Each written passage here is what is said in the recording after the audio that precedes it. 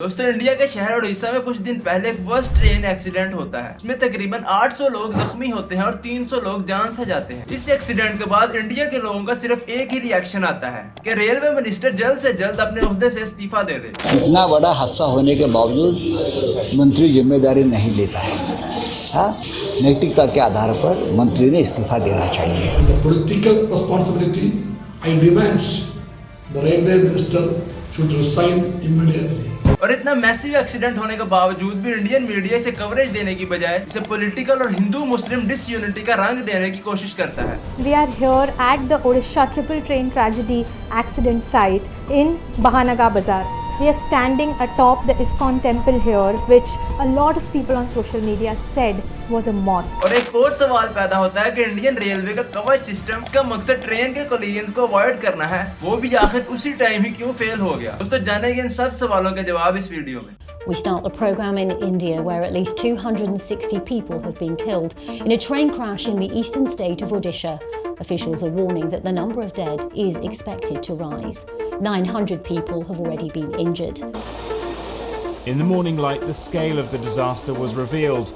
With survivors rescued, work has begun on recovering the victims. Dozens of body bags lined the tracks beside the wreckage. 280 people have been killed in a major rail accident in eastern India. At least 900 people were injured. 2 passenger trains and a freight train were involved in the crash. 10-15 आदमी मेरा बदन के ऊपर पूरा आके गिर गया। जब पूरा आदमी तोल पर लगा दिया, उस टाइम मेरे को मैं सबका नीचे था, ठीक है, मेरा हाथ में लगा, इधर बहुत दर्द हो रही है।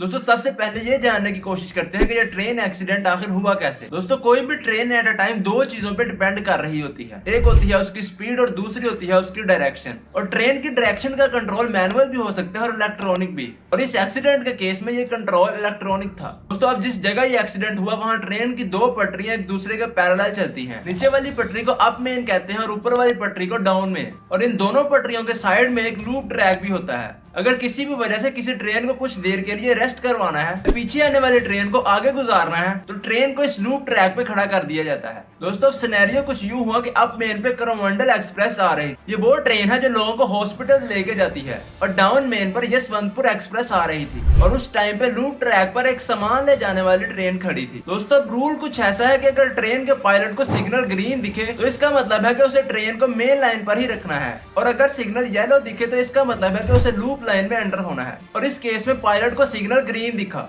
लेकिन ट्रेन का ट्रैक जो सेट किया गया था वो लूप ट्रैक की तरफ सेट किया गया था। तो पायलट रूल के मुताबिक अपनी फुल स्पीड के साथ ट्रेन को मेन लाइन पर ही ले जा रहा था, लेकिन ट्रैक चेंज होने की वजह से ट्रेन लूप ट्रैक में एंटर हो गई और फुल स्पीड के साथ लूप ट्रैक में पड़ी माल गाड़ी के साथ जाके टकरा गई। दोस्तों अब उस माल गाड़ी में आयरन ओर पड़ा हुआ था, जो कि इतना स्टेबल होता है कि उसके साथ जितना मर्जी कोलिजन कर दे उसकी सेंटर ऑफ ग्रेविटी बिल्कुल भी नहीं चेंज होती। और इतना स्टेबल और उसकी सेंटर ऑफ ग्रेविटी इतनी स्टेबल होती है कि वो नहीं हिली तक नहीं, उसमें थोड़ा बहुत इधर उधर हुआ पर वो हिली। तो इस वजह से ट्रेन का जो इम्पैक्ट हुआ वो बहुत ही बड़ा था और इस इम्पैक्ट की वजह से बहुत सी कैजुअलिटीज हुई और बहुत सी इंजरीज भी हुई। लेकिन बात अभी यहाँ खत्म नहीं हुई। जब इस ट्रेन के डब्बे डी रेल हो रहे थे तो at the main time Yeshwantpur express down main से गुजर रही थी। तो इस ट्रेन के डी रेल होते हुए डब्बे यशवंतपुर एक्सप्रेस के आखिरी 3 डब्बों के साथ कोलाइड कर गए, जिसकी वजह से ये एक्सीडेंट बहुत ही सीवियर हो गया और बहुत सी कैजुअलिटीज की वजह बना। दोस्तों ट्रेन एक्सपर्ट सुधांशु मानी कहते हैं ट्रेन का ड्राइवर कभी भी ट्रेन को कंट्रोल नहीं कर सकता, बल्कि ये ट्रैक होता है जो ये डिसाइड करता है कि ट्रेन को किस डायरेक्शन में जाना है। दोस्तों इस एक्सीडेंट पर इंडिया के रेलवे मिनिस्टर का कहना था कि ये इंटरलॉकिंग सिस्टम का फेलियर है। इलेक्ट्रॉनिक इंटरलॉकिंग में जो चेंज किया जिसके कारण ये दुर्घटना हुई, यानी कि वही सिस्टम जो ये डिसाइड करता है कि कौन सी ट्रेन को कौन से ट्रैक पर जाना है। लेकिन फिर सवाल ये पैदा होता है कि इंडिया में हर रोज हजारों ट्रेन चलती और ये सिस्टम हजारों मरतबा इस्तेमाल होता है, फिर ये सिस्टम आखिर इसी वक्त ही क्यों फेल हुआ। तो इस पर इंडियन रेलवे के रिप्रेजेंटेटिव का कहना है कि हमारा सिस्टम 99.9% एरर फ्री है, लेकिन 0.1% फेलियर के चांसेस हमेशा रहते हैं। दिन किसी व्यक्ति ने वहाँ पे आसपास कुछ खोद दिया बिना ये देखे कि वहाँ पे केबल जा रहा है कि नहीं जा रहा है। पॉसिबल है कि केबल कट जाए, कोई शॉर्ट सर्किट हो गया। मतलब 99.9% कोई फेलियर नहीं होगा, पर 1.1% चांस मशीन में फेलियर का होता है। लेकिन इसमें एक प्लस पॉइंट भी है जिसका क्रेडिट वाकई इंडियन रेलवेज को जाता है।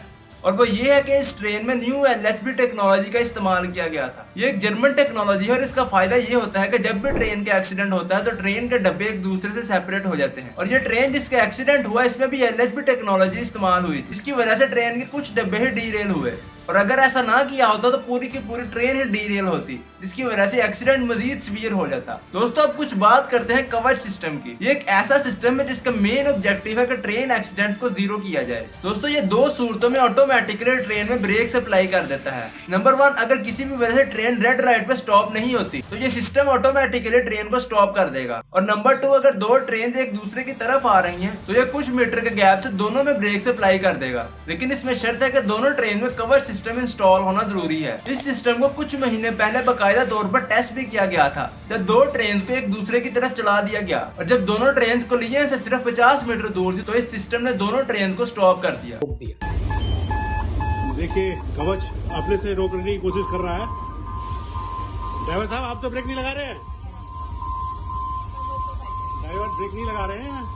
आगे लोको खड़ा है ब्लॉक सेक्शन के अंदर। एक ही लाइन में दो ट्रेन खड़ी है। ट्रेन कोलाइड करने की कोशिश कर रहे हैं हम लोग, लेकिन रेलवेज एक्सपर्ट का कहना है कि कवच सिस्टम भी इस एक्सीडेंट को नहीं रोक सकता था। इसकी वजह यह है कि कवच सिस्टम ब्रेक से अप्लाई करके ट्रेन की स्पीड को तो कंट्रोल कर सकता है लेकिन ट्रेन के ट्रैक को कंट्रोल नहीं कर सकता। और इस केस में तो ट्रेन का ट्रैक ही चेंज कर दिया गया था। दोस्तों इंडिया के फॉर्मर रेलवे मिनिस्टर दिनेश कहते हैं कि आजकल हमारा मेन फोकस वाईफाई और फैसिलिटीज देना है और हम ट्रेन के मेन बेसिक ऑपरेशन को तकरीबन भूल चुके हैं। कहते हैं कि आज गवर्नमेंट का मेन फोकस नई ट्रेन को लॉन्च करना है लेकिन सेफ्टी के पैरामीटर्स को ध्यान में नहीं रखा जा रहा। हैरानगी की बात यह है कि उस टाइम पे जब ये ट्रेन एक्सीडेंट हुआ तो इंडियन मीडिया ने इसे हिंदू मुस्लिम कंट्रोवर्सी का रंग देने की कोशिश की और इसके कॉजेज को डिस्कस करने की बजाय ये डिस्कस करना शुरू कर दिया कि इसके पास मंदिर है कि मस्जिद है। We are here at the Odisha triple train tragedy accident site in Bahanaga Bazaar. We are standing atop the ISKCON temple here, which a lot of people on social media said was a mosque. और कुछ channel ने तो इस पर discussion ही नहीं की, वो Indian parliament की नई बिल्डिंग के बारे में डिस्कस करते रहे। Shifting focus to India. India's new parliament building will be inaugurated by Prime Minister Narendra Modi on Sunday.